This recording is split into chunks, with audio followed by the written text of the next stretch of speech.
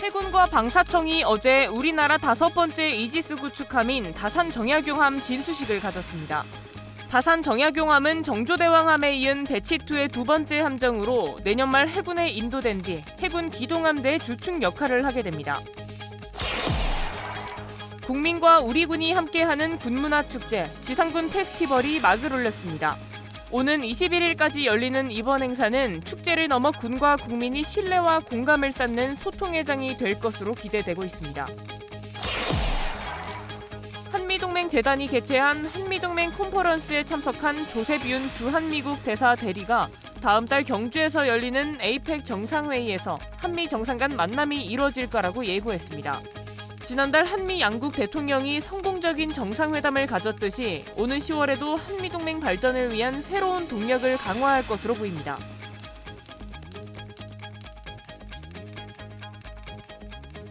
시청자 여러분 그리고 국군장병 여러분 안녕하십니까? 9월 18일 KFN 뉴스 시작합니다. 우리나라 5번째 이지스 구축함인 다산 정약용함이 어제 진수식을 가졌습니다. 다산 정약용함은 정조대왕함에 이은 2번째 8,200톤급 이지스함으로 해양 기반 한국형 3축 체계의 핵심 전력인데요. 내년 말 해군에 인도된 뒤 실전 배치될 계획입니다. 오늘 첫 소식 박인배 기자의 보도입니다. 하나, 둘, 셋! 최신의 이지스 구축함 다산 정약용함이 바다 위의 모습을 드러냈습니다. 우리나라에서 5번째 8,200톤급으론 2번째 이지스 함입니다. 함정 구축함 함명 다산 정약용.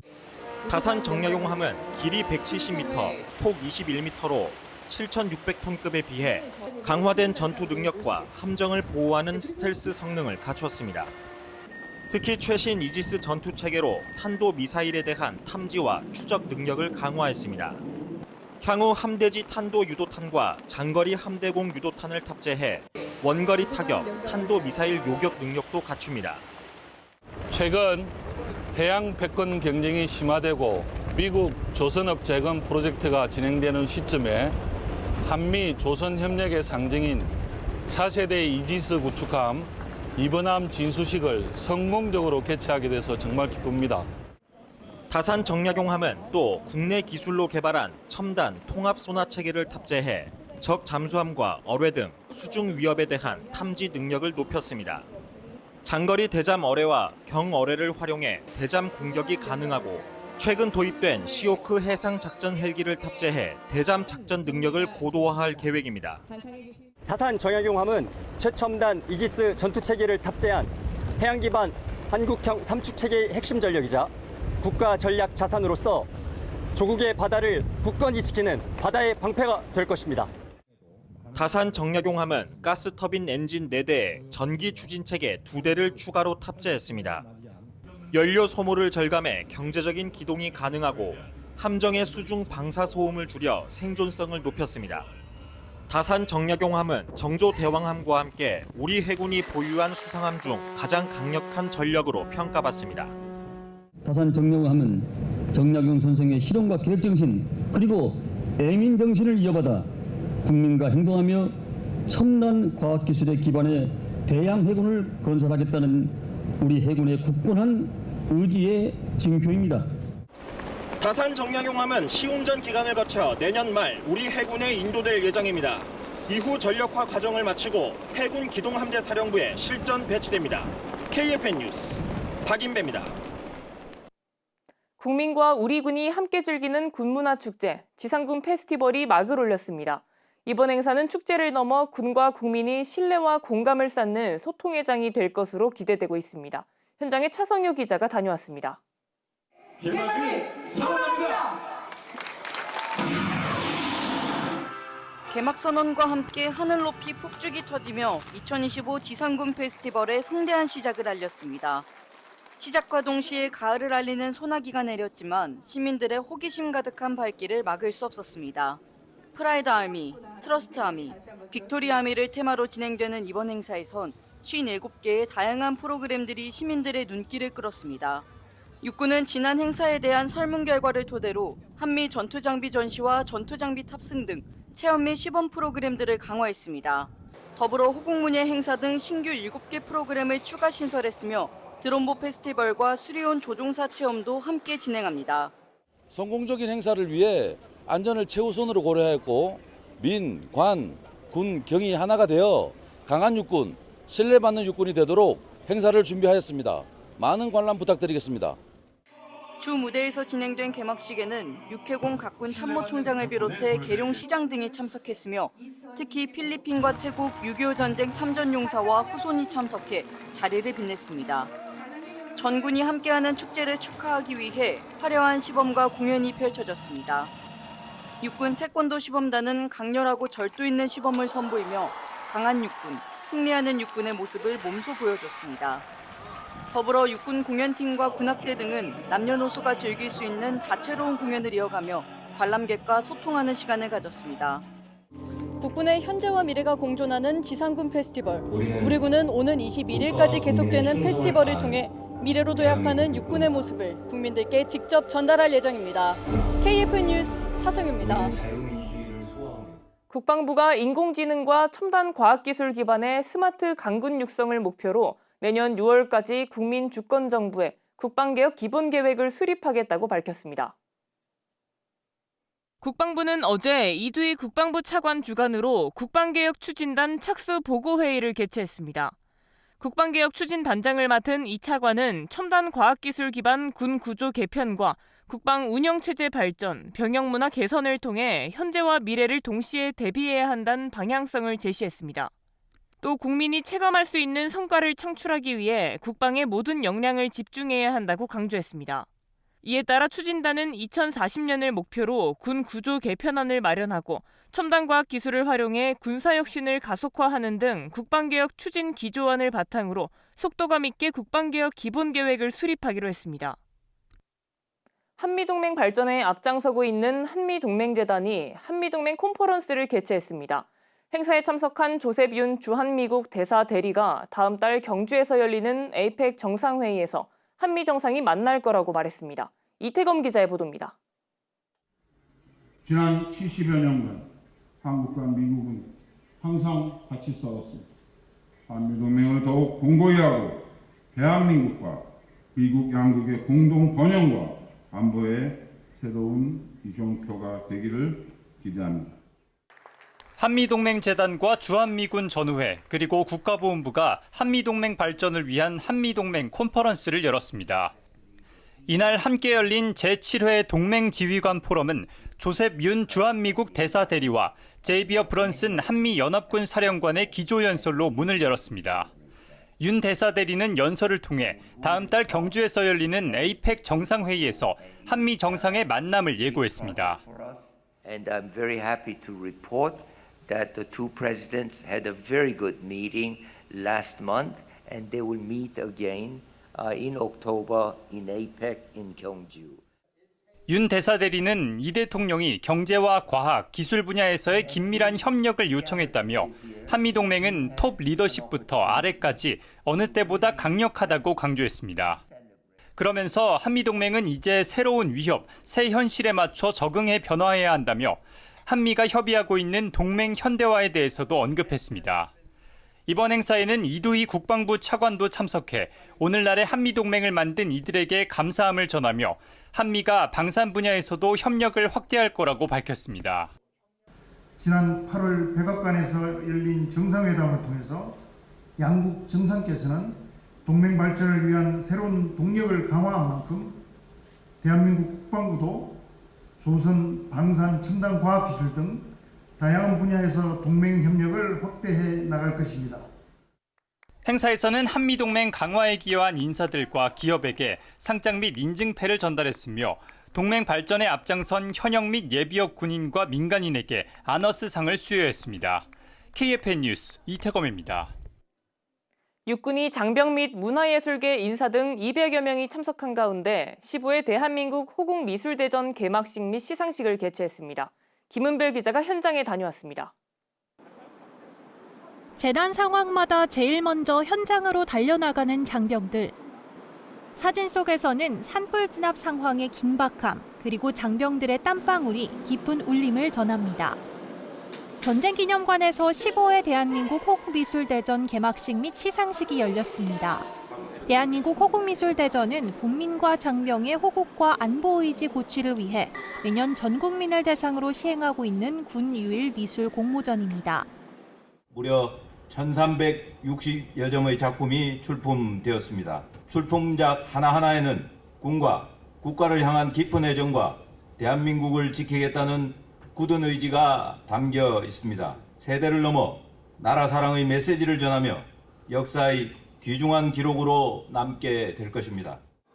사진 부문 최우수상을 수상한 오효섭 중사는 아크부대 17진의 역동적인 고공 강화 모습을 사진으로 찍어 출품했습니다. 2021년도에 아크부대에 제가 파병을 가게 되었습니다. 그때 마침 이 아크부대 파병이 10주년이어서 특별히 고공 강화 비행을 실시했는데 그 비행을 오랫도록 남기고 싶어가지고 촬영을 하게 됐습니다. 사진 속에 있는 17진 우리 대원들 너무 보고 싶고 지금 아크부대에 있는 대원들도 화이팅입니다.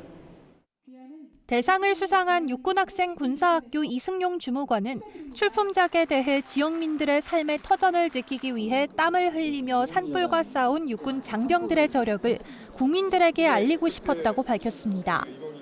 산불 진화 지원작전 임무를 수행하고 있는 우리 육군 장병들의 헌신을 프레임에 담아보았습니다. 이와 같은 아픔을 겪지 않았으면 하는 메시지를 사진을 통해 전하고 싶었습니다. 올해 호국미술대전은 예술을 통한 국민과 육군의 만남을 주제로 회화, 서예, 조소, 문인화 및 캘리그라피, 사진, 디자인 등 6개 분야, 총 1360여 점의 작품이 응모됐습니다.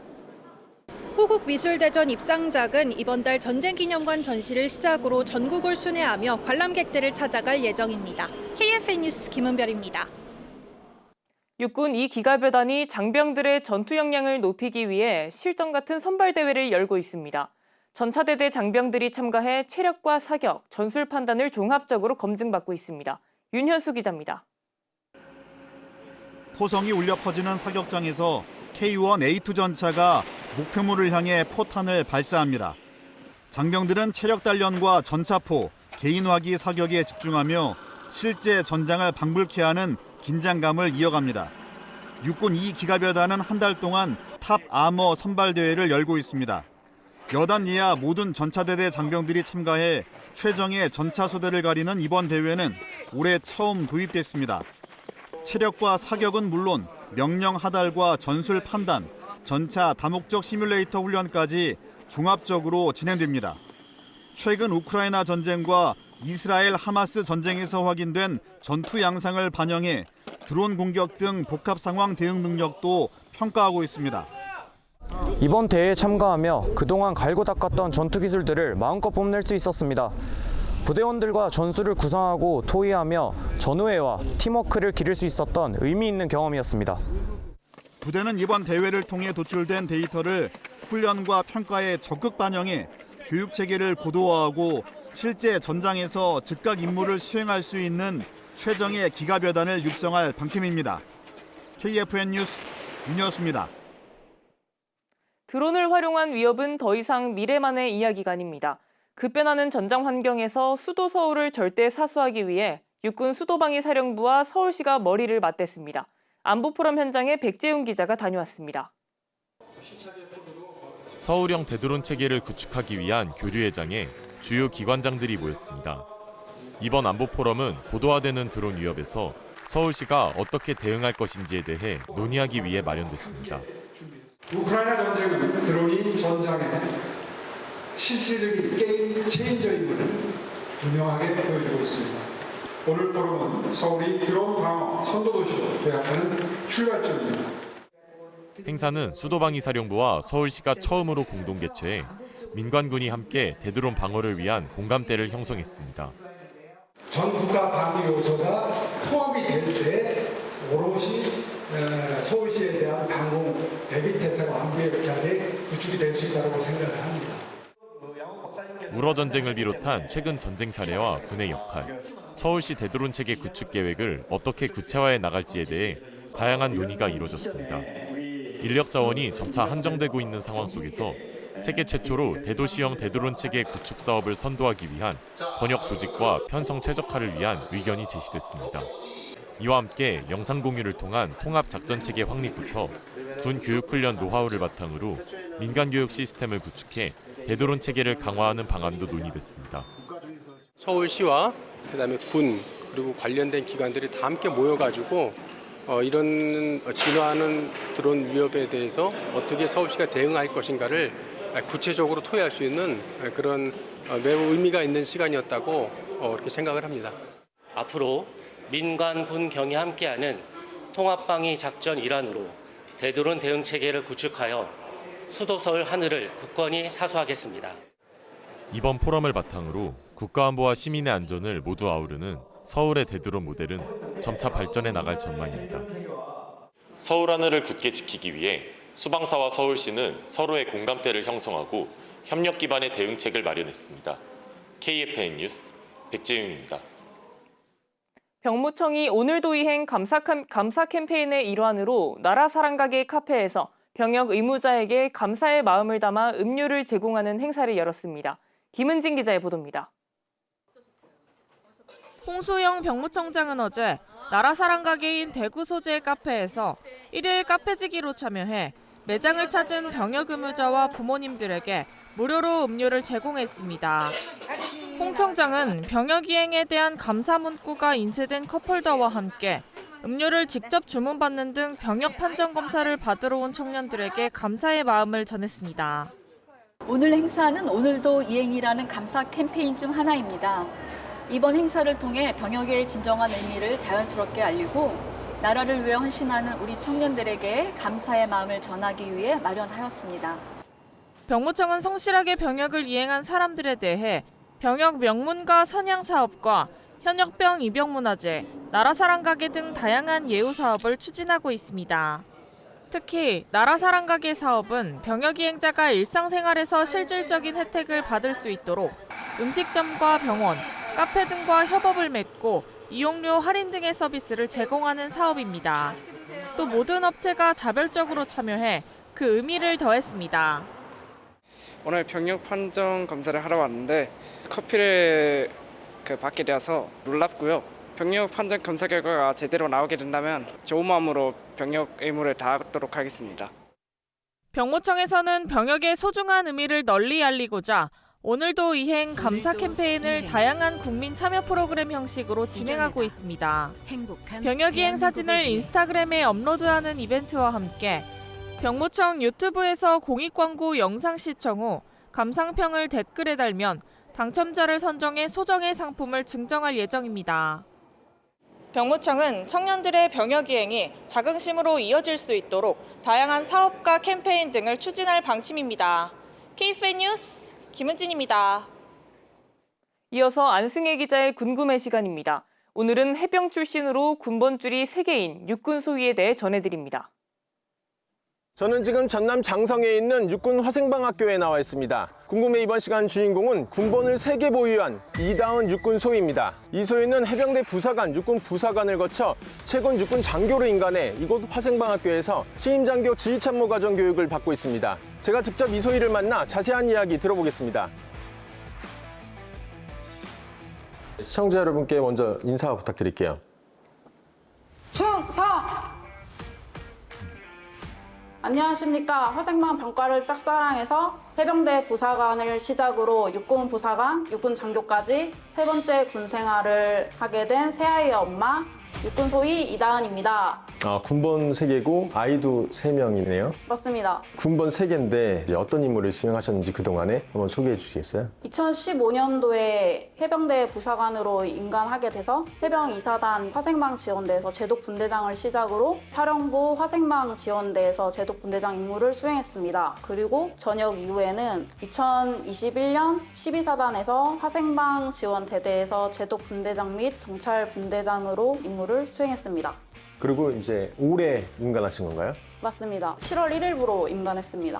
그 해병대 부사관으로 처음 군 생활을 시작한 거잖아요. 해병대를 간 이유는 뭐예요? 한국 근현대사 시간에 근현대사를 배우다가 중앙청에 태극기를 개항하는 국군의 모습이라는 사진을 봤습니다. 그 중앙청에 태극기를 개항하는 모습이 해병대라고 얘기를 해가지고 그래서 해병대를 지원하게 되었습니다. 해병대 부사관하고 육군 부사관을 전역을 했잖아요. 전역을 하게 된 이유와 다시 군인의 길을 선택한 이유는 뭐예요? 화생방 분야에 대해서 좀 더 전문적으로 배우고 싶어서 전역을 선택하게 되었지만 이제 어린 나이에 이제 결혼과 출산을 하게 되면서 엄마로서 삶을 먼저 선택하게 되었고 타지에서 군인 가족으로서 삶을 살게 되다가 산후 우울증이 오게 되었고 남편이 그때 저한테 해줬던 말이 있습니다. 그때 전투복을 입고 있는 당신의 모습이 제일 너답고 제일 멋있었던 것 같다라고 얘기해줬던 게 가장 기억에 남는데 그 말을 듣고 군인을 다시 한번 준비했던 것 같습니다. 그렇게 해서 다시 육군 부사관으로 재입대를 결심했습니다. 해병대 부사관, 육군 부사관, 육군 장교도 다 화생방 병과를 이제 선택하셨는데 화생방 병과에 대한 자부심이나 자긍심이 좀 있으신 것 같아요. 화생방 상황이 터지면은 이제 알파 단계라는 게 있는데 알파 단계가 뭐냐면 가장 신속하게 방독면을 먼저 쓰는 겁니다. 방독면을 쓰면은 공기의 소중함을 느끼게 되는데 저는 화생방 병과가 공기랑 가장 밀접한 관계가 있다고 생각을 합니다. 그렇기 때문에 이 화생방 병과가 중요하다고 생각을 하고 지금 이렇게 3번째 군 생활을 화생방 병과인으로 계속 살고 있습니다. 우리 국민 여러분께 마지막으로 한마디 해주시겠어요? 대한민국 핵 WMD 대응에 중심 화생방 병과원으로서 군과 국민을 지키기 위해 최선의 노력을 다하고 열심히 배우고 익혀서 핵 WMD 위협으로부터 국가와 국민을 수호하는 최정의 화생방 전투 전문가로 거듭날 수 있도록 노력하겠습니다.